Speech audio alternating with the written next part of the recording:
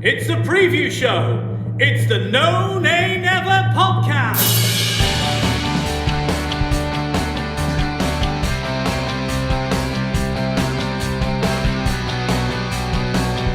Hello and welcome to the preview show brought to you by the No Nay Never podcast. I'm your host, Natalie Bromley, but joining me as ever is the main man himself, the headliner of the preview show. It is, of course, Mr. Dave Statman Roberts.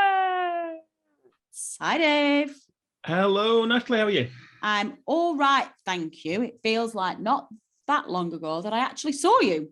Indeed. We had a little watch party at Bromley HQ yesterday. Statman Dave came to watch the Spurs game over at our gaff. So we were tempted to record this live, weren't we, when we were in person, but we decided against it. We were a bit frustrated after the Spurs results, so we decided to sulk off home instead, didn't we? We did. This is a penultimate preview show of the season, Dave. This is sad. It's gone very quick, hasn't it? It's gone very quick. Yeah, sometimes it's felt like we've done nothing but record preview shows. And listeners, this is, of course, take two again, because we actually published a preview show when this fixture was scheduled to go ahead back at the Christmas period or New Year, whenever it was. So luckily, we did manage to be able to recycle some of this. But we have freshened it up a little bit for you so that we aren't just repeating ourselves. We have got some fun stats in there. But before we get on to that, of course, as ever, we have a quiz question that we need to give you an answer to. Now, before the Spurs game and that preview show, we asked you the following question.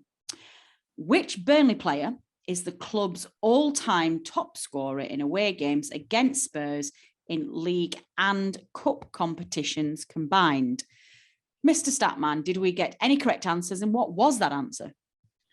Well, one Burnley player scored 4 goals for us in away games at Spurs, and it wasn't Willie Irvine, who scored 3 in one match. He netted a hat-trick. That was in a 4-3 defeat in an FA Cup tie in February 1966. It was, in fact, his strike partner, Andy Lockhead, who went one better with 4 goals. 3 of those were scored in 1963. They were all in different games. One was in an FA Cup tie and 2 were in league games across 2 seasons. And the other was scored in a league game in 1966. So we were looking for Andy Lockhead as the correct answer to our quiz question from last week. And did we get any correct answers from our loyal band of listeners? We did. We just got the one correct answer, though. In the end, we had an email from Jan Gezaleski, who got in touch, and he either knew or guessed that it was Andy Lockhead as the correct answer. I think we also got quite a comical email as well. Was it Twitter from one of our listeners who quite amusingly suggested that he had no idea what the answer was, but it always seemed to be Peter Noble when it was these kind of questions, which made me laugh quite a lot. I can't remember who that was. Who was it who sent that into us? Tim Holden came up with that, yes. It was Tim, yes. It was very amusing. I made me chuckle, did that message. It's quite true. Tim, I'm the same. I have a bank of answers that I just usually give to Dave if I don't know the answer. Well, you don't need to wait very long, listeners, for the very last quiz question of this season of the preview show. You just need to hang around to the end of the show. So don't go anywhere, because Dave will be giving you a brand new question right at the end of this episode. Premier League head to head. Okay, here we go. Another key game, Dave, and it is Aston Villa away from home, Thursday the 19th of May.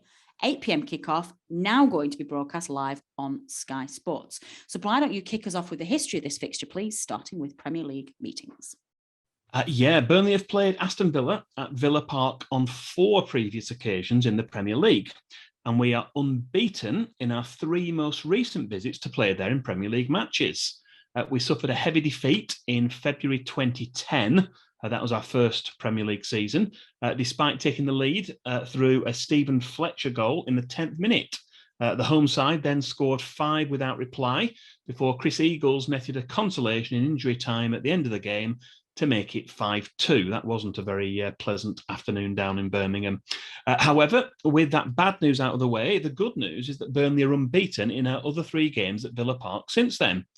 We won 1-0 in the last match of the 2014-15 season, with Danny Ings scoring the only goal before moving on to Liverpool. And in September 2019, we played out an entertaining 2-2 draw. That just leaves last season, and that match was a goalless draw played behind closed doors, which was almost exactly a year prior to the original date of this fixture, which was, it took place on 17th of December 2020. Interesting. Memory match. Why don't you let everybody know what game you've chosen then for our memory match feature, please? Well, as we mentioned, our only win at Villa Park in the Premier League era was an end-of-season match, which didn't really have any meaning as Burnley had already been relegated. So we're going to go back, delve into the archives for a top-flight victory. That was from Burnley's golden era of the 1960s. And here are the key match events. We've got a couple of goals from John Kennelly and Gordon Harris were the goal scorers. Before that, Burnley actually won 1-0 at Villa Park in March 1950, but it remained somewhat of a bogey ground as we didn't win there on any of our next 13 visits. We lost 10 and drew 3. That was before the match, which we're going to look at in more detail, which took place on the 24th of March 1962. Burnley was scheduled to play the FA Cup semi-final at Villa Park the following Saturday against Fulham. So this was a chance for the players to familiarise themselves with the surroundings. Back to the league game, though, and in terms of those goals, John Kennelly, as we said, scored the opener in the 7th minute. That was from a Jimmy McElroy chip free kick, played across to him to finish with a powerful shot from a narrow angle. The score remained 1-0 to Burnley, with Adam Blacklaw able to keep out the Villa forwards. With only a couple of minutes remaining, Gordon Harris cut inside from the left and finished with a low shot past Nigel Sims to double the lead and seal the victory. This match also cropped up in our podcast special with former Burnley chairman Barry Kilby. That was earlier this season, as he told George Poole and myself about a trip he made with his dad to see this very match at Villa Park. So do go back and have a listen to that if you haven't already. Although it was a welcome victory, with Burnley riding high at the top of the table, it was our only away win in the last 10 away games we played between the start of 1962 and the end of that season. And after being well ahead of Ipswich, we were eventually overtaken and failed to register our third league title due to a dramatic dip in form during the second half of the campaign, particularly in the last couple of months of the season. On this day!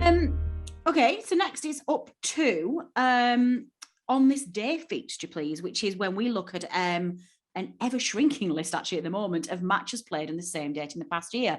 Dave, you have my admiration trying to get this fixture in here when we've been getting the season extended as much as we have. I did check ahead. Yeah, we're fine for this one, and we're okay for Sunday as well, although Excellent. We're going to have to pull in a couple of friendly games just to kind of pad it out a little bit. During the 2 world wars, normal football competitions were replaced with regionalised league and cup competitions. They aren't considered as competitive fixtures for the purposes of the record books. But one such match took place at Turf Moor on the 19th of May, 1945. Burnley beat Tranmere Rovers 5-1. The next time we played on 19th of May was in a friendly. That was in Turkey 6 years later in 1951. The Clarets beat Turkish side Ankara in Ankara by a 3-1 scoreline, although Burnley fullback Reg Kirkham suffered a broken leg.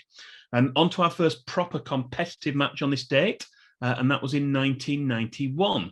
We travelled to Plainmoor for a playoff semi-final first leg fixture against Torquay United, which we lost 2-0. Although we followed that with a 1-0 win at Turf Moor a few days later, the aggregate defeat meant that we missed out on a playoff final and the chance of promotion. However, we certainly weren't staying down forever and gained promotion as champions the following season. 12 months later, incidentally, on the back of that 4th Division title win, Burnley welcomed a young Ajax side to Turf Moor for a friendly on the 19th of May 1992. Managed by Louis van Gaal, the Dutch side included players such as Edwin van der Sar and Edgar Davids, and the visitors narrowly won the match 1-0. That just leaves one match, which took place exactly 12 months ago. With COVID restrictions being relaxed, 3,500 lucky Burnley fans who won free tickets in a ballot were there to see the return of supporters to Turf Moor for a Premier League match against Liverpool. However, the delight of being able to be back in the ground was rather spoiled by the result, as the visitors won the game 3-0. Well, that concludes our history of this particular fixture today. So why don't you bring us bang up to date with the present, starting with our scouting report. Scouting report! Yeah, well, as we know, Aston Villa are yet another Premier League club who no longer have the manager they started the season with. Steven Gerrard left Rangers in early November to take over from Dean Smith. And although he has had a tricky start to his time as manager, he has at least been able to ensure Villa's survival. Although Villa recouped £100 million for Jack Grealish, who departed from Manchester City last summer, they immediately splashed the vast majority of that on 3 players in the summer window. Emi Buendia from Norwich City for around £34.5 million, Leon Bailey from Bayer Leverkusen for almost £29 million, and ex-Claret Danny Ings from Southampton for around £26.5 million. They also signed Ashley Young and Axel Tuanzebe on free transfers. They continue to splash the cash in the January window. They paid £27 million for Luca Digne from Everton, as well as bringing in Robin Olsen, Callum Chambers and Philippe Coutinho on loan. They've recently agreed to pay a further £18 million to make Coutinho a permanent signing. We mentioned in this section for the reverse fixture not that long ago, they've made the switch from using a 4-3-3 formation towards a 4-4-2 formation with a midfield diamond in recent months, and that may well be the way they line up again on Thursday. Ollie Watkins is Villa's top scorer in Premier League games with 11, with Danny Ings in second place on 7 goals. Incidentally, ex-Claret Danny Ings scored the opener in Villa's recent 3-1 win at Turf Moor and has now scored in each of his last 4 games against Burnley. 3 of those were for Southampton and the most recent one for Aston Villa. In terms of FPL points, perhaps surprisingly, it's a defender, Matty Cash, who leads the way for Aston Villa with 138 points so far. The other Villa players with over 100 points are time-wasting goalkeeper Emiliano Martinez with 126, Ollie Watkins with 124, Tyrone Mings with 116, Jacob Ramsey with 105, Danny Ings with 104, and John McGinn with exactly 100. For comparison, Nick Pope is the only Burnley player with 123 points to have exceeded 100 FPL points so far this season. Yeah, it's probably not a massive surprise, actually, given some of the goals we've conceded and the lack of goals we've scored. I guess that's probably makes sense. Well, you've heard from him less than 2 weeks ago in the reverse fixture, but again, to bring you a bit of balance with an opposition view, we once again caught up with Cole Pettem, is that how we're pronouncing it, Dave? For the Holtecast podcast, who is going to give us his views ahead of the game. Opposition view. Hey there, No Nay Never listeners. Cole Pettem here once again within a matter of, 1 or 2 weeks or whatever it is from the 7500 Holt website and Holtecast podcast.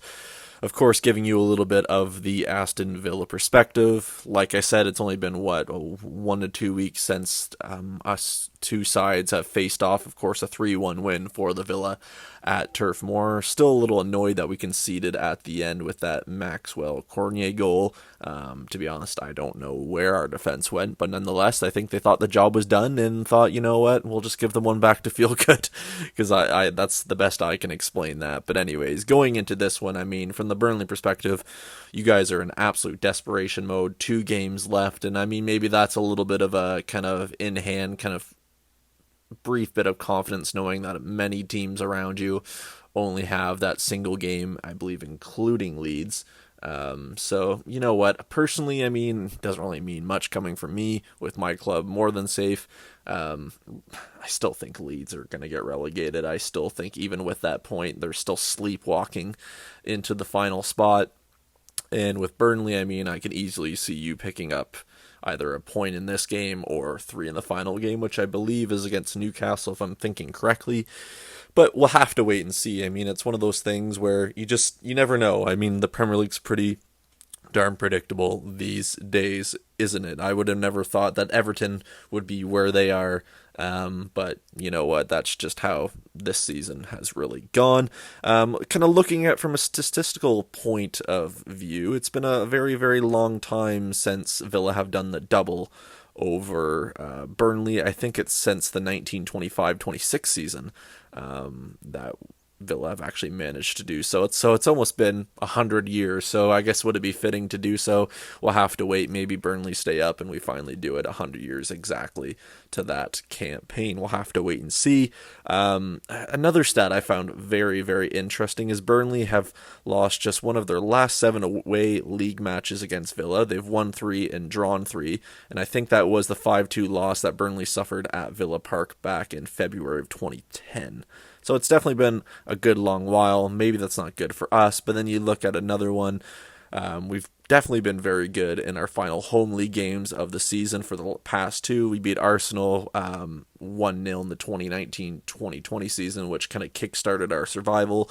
And then, of course, last season we beat Chelsea 2-1 on the final day, which definitely gave a lot of the fan base a lot more optimism than we're feeling at the moment. But nonetheless, it should be a very, very interesting game. I mean, from a lineup perspective for Villa, I think if we're going from the previous game that we just played, the 1-1 draw, it's definitely going to be a tricky one. I mean, I didn't expect us to go against Palace with the same team that we did a few days earlier against Liverpool. So I guess with that in mind, I would pretty much expect the same 11 that Burnley faced a matter of 1 or 2 weeks ago, with probably Emi Buendia coming in for Coutinho. Maybe we shuffle things up in the midfield. I think Jacob Ramsey is now back fully fit and firing, so maybe he replaces Dougie Luiz, I should say, in the midfield. But aside from that, I can't really see too many changes, but you never know at this point of the season, with maybe a place or two to improve upon for Villa. Maybe we look at that as a few more £1 million we can get. Maybe we look at it from the perspective, which I believe Villa should be looking at it, as being party poopers for the relegation fight, and of course Man City on the final day. And I think if you're a Burnley fan, a Villa fan, any kind of fan, you probably know why I want Villa to beat or make Man City suffer on the final day and not win the title. Maybe I'm a little bit bitter, but anyways, that's just me. But anyways, I'm going to go with I hate being this bold, but for some reason I can just see it. I'm going to go with a 3-1 Villa win again. I don't know why. I just feel like the first goal is going to be massively important for this one. And when I really sit back and look at it, I think if it's Villa that score it, I feel like Burnley are going to be really on the back foot, panicking quite a bit, and that could really inflict a little bit more pain. On the other hand, if Burnley score first, I don't know, does that kind of give you guys a little bit too much to defend too soon if you score early, for instance?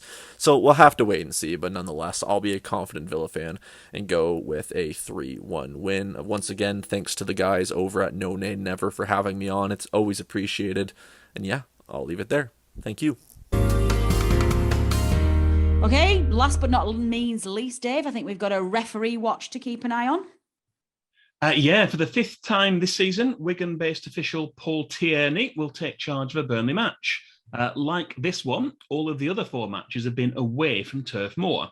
And after defeats in the first 3, they were at Newcastle United, Leeds United and Brentford. Burnley managed a draw in the most recent of the 4. That was at West Ham United in mid-April. Prior to this season, Burnley had won some matches, which Paul Tierney had refereed. We have 6 victories from 18 past matches, although only 2 of those were in matches away from Turf Moor.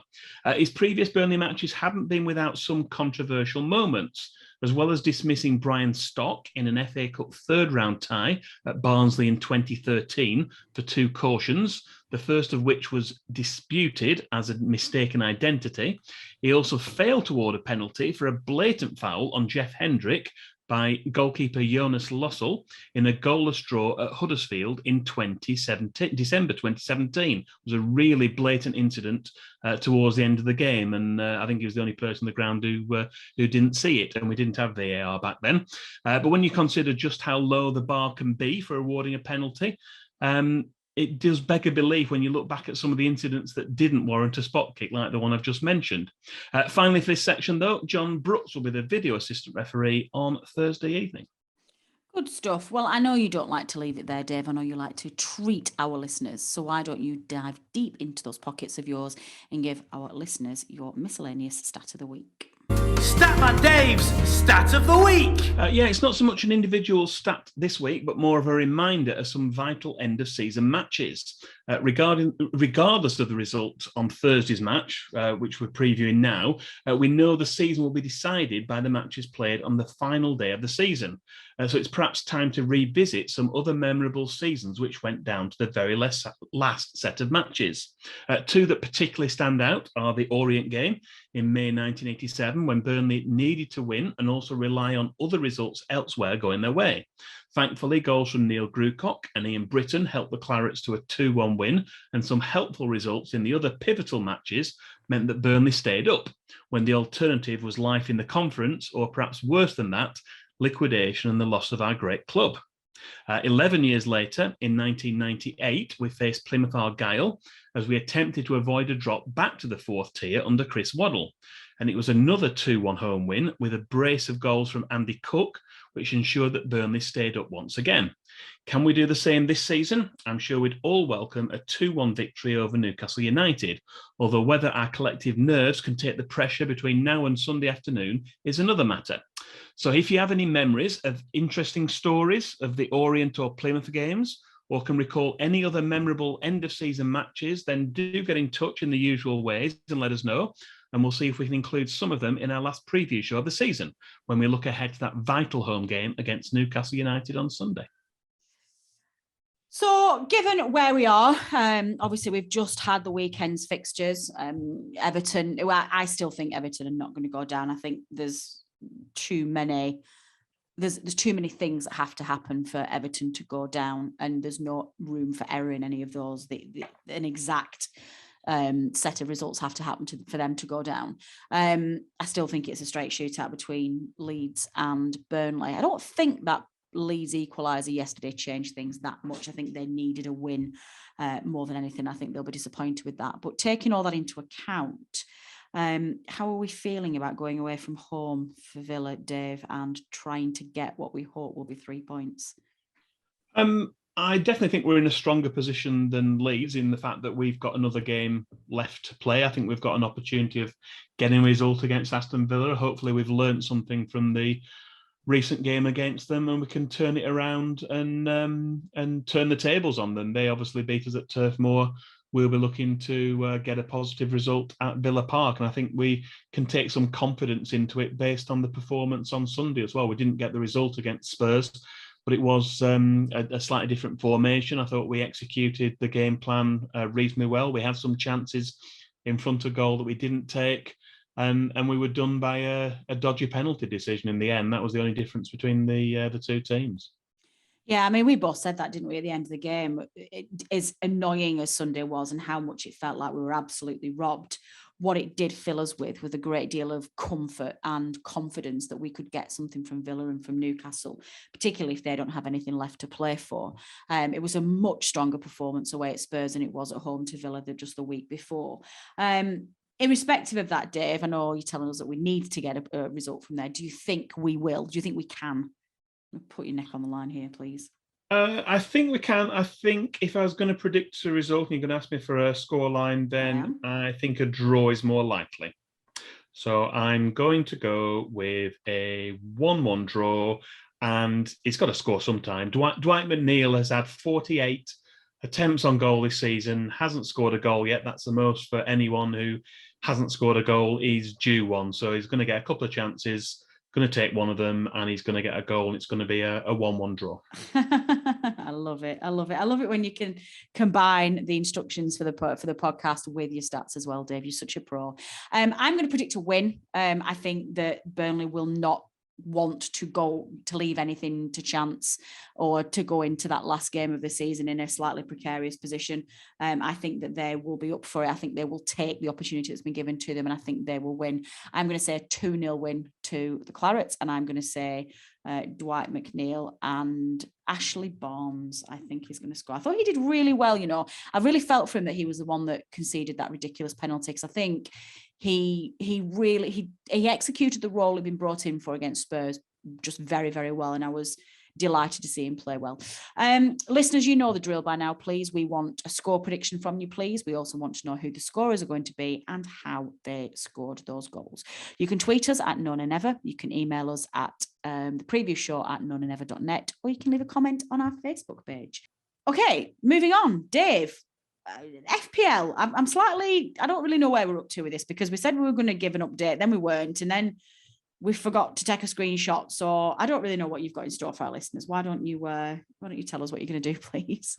Well, we can't give you a game week 37 update. We're in the middle of that at the moment, and the game's right up until Thursday are in there, and that's going to kind of scupper us for doing the Newcastle preview as well. But we were hoping to bring you a snapshot, as you say, from game week 36. But somebody who shall remain nameless, me, forgot to take a snapshot of the league tables, and it's very difficult on the FPL website to go back and work out what the scores were at a particular point in time. But I am going to try and build the tension by reading out the names of a dozen managers who, even with a half a game week in there, these are the ones who I think are still in with a chance of taking the much coveted No Nay Never League Champion title. So those 12 are, in no particular order, Will Cooper, Callum Davis, Chris Horner, D Hunter, Jacob Sapwell, Ursay, Chris Stanworth, Jack Toner,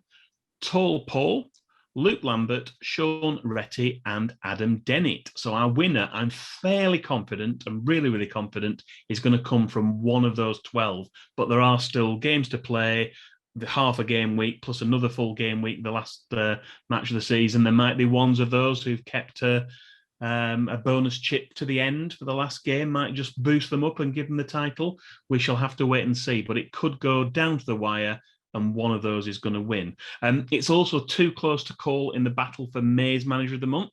So that's another one where you're going to have to wait until the end of the season to discover who's the latest manager to win a No Nay Never sticker, which just leaves the No Nay Never FPL Cup. We do know the semi-final lineup.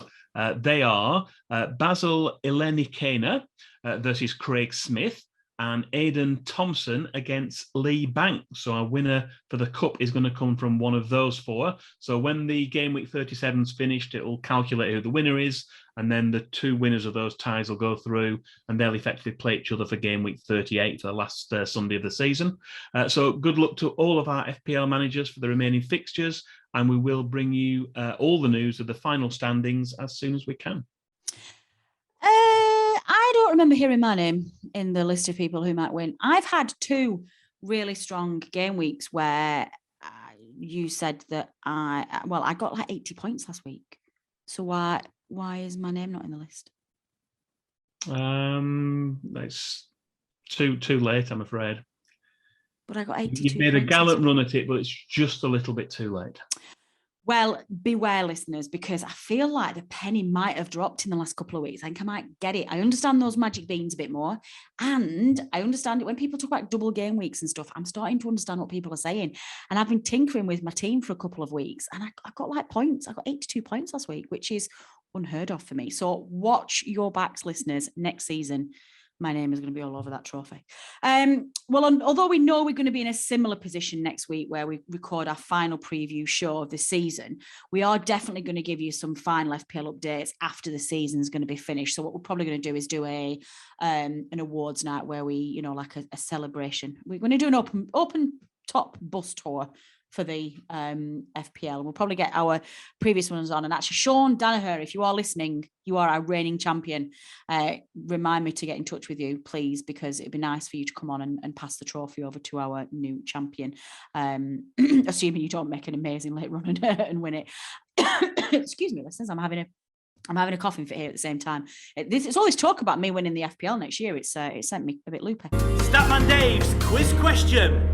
Right, I think all that leaves us now then, Dave, is to deliver on what we promised to our listeners, and that is, of course, to give them a quiz question, please. The final quiz question of the 2022 No Nay Never preview show season. Yes, this week's quiz question is as follows. As we know, Burnley were defeated at Spurs following the award of a very controversial penalty, which Harry Kane converted. This was just the third time since Burnley's promotion to the Premier League in 2009 that we'd lost an away game 1-0 with the opponent scoring the only goal with a penalty. But can you name the opposition penalty goal scorers in the other two games? I can, because hilariously, as you were just doing that, the answers flashed up on my script. I don't know if it's ever done that before.